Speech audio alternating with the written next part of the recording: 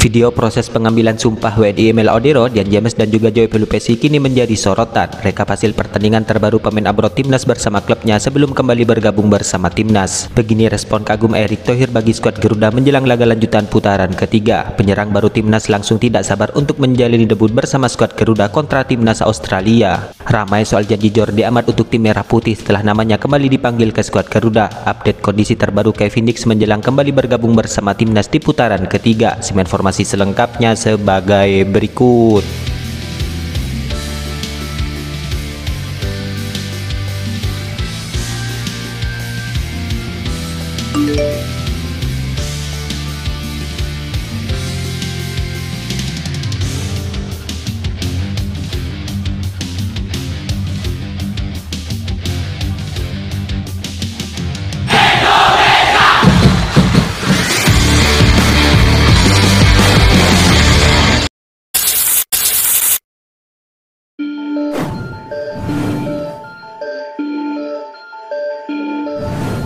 Hasil pertandingan pemain abroad timnas Indonesia di klubnya kini menarik kita ulas, di mana sejumlah pemain tim Merah Putih harus melewatkan pertandingan karena mendapatkan hukuman dan ada juga yang hanya menghiasi bangku cadangan.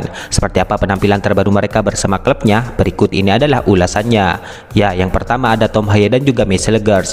Ya, FC20 kontra Almere City nyaris mempertemukan Michelle Gers dan juga Tom Haye, di mana seharusnya laga itu menjadi ajang bentrok kedua pemain timnas Indonesia di Liga Belanda. Akan tetapi Tom Haye harus absen karena sanksi akumulasi kartu kuning, di mana Tom Haye diskor setelah mendapatkan kartu kuning kelima ketika ia menghadapi Ajax di pekan yang lalu. Alhasil timnas Indonesia hanya diwakili oleh Michelle Gers dalam pertandingan itu.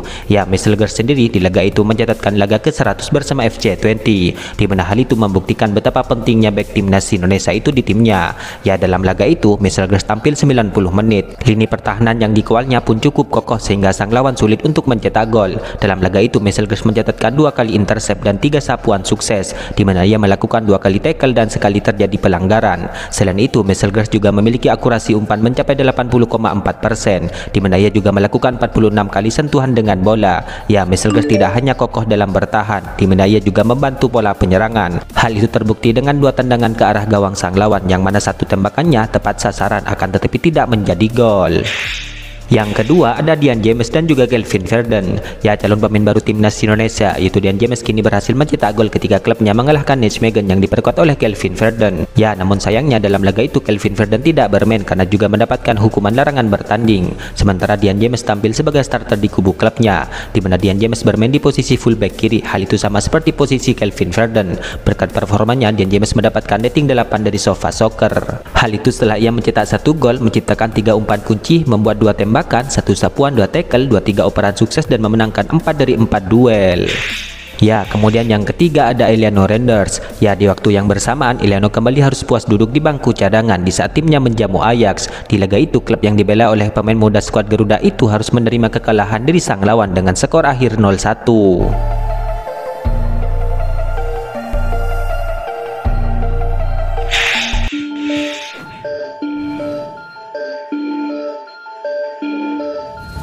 Jordi Amat kini akan memberikan kemampuan terbaiknya setelah masuk ke dalam daftar 27 pemain timnas Indonesia, di mana sebanyak 27 pemain ini disiapkan untuk pertandingan melawan timnas Australia dan juga Bahrain dalam laga lanjutan putaran ketiga.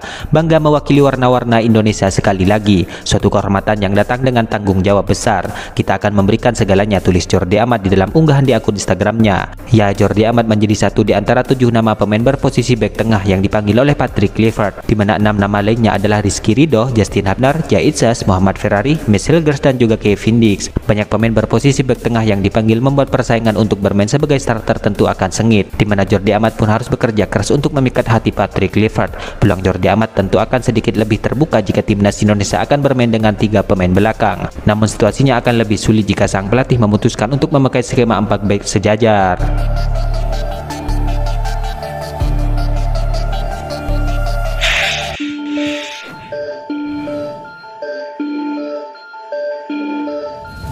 Bintang timnas Indonesia yaitu Kevin Dix kini memberikan kabar terbaru soal kondisi cederanya menjelang tampil bersama skuad Garuda di laga lanjutan putaran ketiga.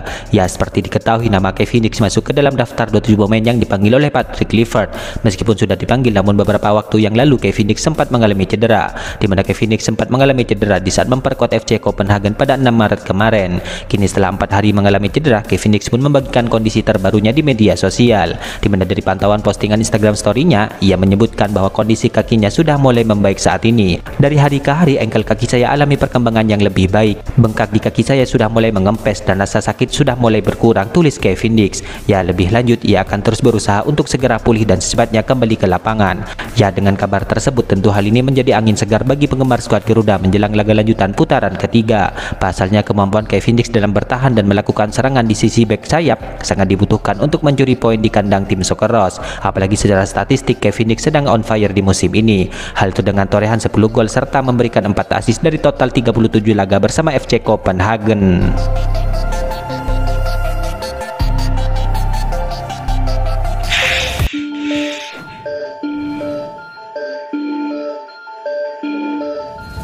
Oleh Romeni kini kedapatan ingin segera menggunakan jersey timnas Indonesia dan membela skuad Garuda untuk menghadapi timnas Australia dan juga Bahrain. Ya, Oleh Romeni berpeluang menjalin debut di timnas Indonesia pada 20 Maret mendatang, di mana ia diketahui masuk ke dalam daftar 27 pemain yang dipanggil oleh Patrick Kluivert. Menit bermain yang mulai banyak di level klub kini membuatnya unggul daripada pemain-pemain depan yang lain. Selain tidak sabar bermain untuk membela timnas Indonesia, namun ia juga ingin segera merasakan atmosfer luar biasa dari supporter tim merah putih.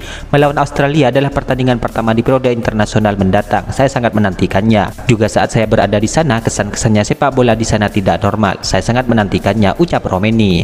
Ya, Romeni pernah mengunjungi Jakarta ketika menyaksikan laga timnas Indonesia kontra timnas Jepang. Dari sanalah Romeni mulai merasakan kegilaan penggemar akan sepak bola. Anda semua tahu betapa aktifnya mereka di media sosial. Semua meledak. Namun bagi saya ketika di sana bagaimana anak-anak terlibat dengan sepak bola. Saya juga bermain bola dengan anak-anak di sebuah desa. Itulah tujuan Anda untuk melakukan semua ini, pada akhirnya menjadi inspirasi bagi anak-anak, jelas Romeni. Saya memilih Indonesia untuk menjadi penting bagi tim, negara dan bermain sepak bola.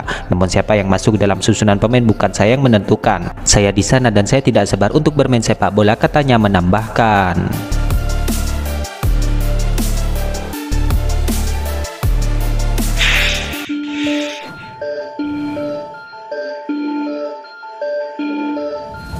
Ketua Umum PSSI Erick Thohir kini menyebutkan bahwa pemain yang masuk ke dalam daftar pemain sementara timnas Indonesia merupakan pemain terbaik di semua sektor yang telah dipilih oleh Patrick Kluivert. Ya, Patrick Kluivert telah menyelesaikan pemanggilan pemain sementara timnas Indonesia untuk laga lanjutan putaran ketiga pada bulan Maret ini, di mana mayoritas pemain pilihan Patrick Kluivert adalah nama-nama yang selama ini menjadi andalan di timnas Indonesia. Erick Thohir menilai bahwa pilihan pemain Patrick Kluivert merupakan pilihan terbaik dari pemain-pemain yang ada, di mana Erick Thohir pun berharap bahwa timnas Indonesia bisa tampil maksimal di 2 laga lanjutan putaran ketiga ini melawan Australia dan juga Bahrain. Saya senang dengan daftar profesional pemain pilihan Patrick Kluivert yang merupakan list pertamanya sebagai pelatih timnas. Pastinya ini hasil diskusi dengan kedua pelatih lainnya, yaitu Alex Pastor dan Denny Lanzat. Saya nilai komposisinya merata dan merupakan pemain-pemain terbaik di semua sektor, termasuk juga rencana penambahan 3 pemain terbaru naturalisasi. Kita doakan bersama tim ini bisa memaksimalkan meraih poin di 2 laga terdekat timnas, ucap Erick Thohir.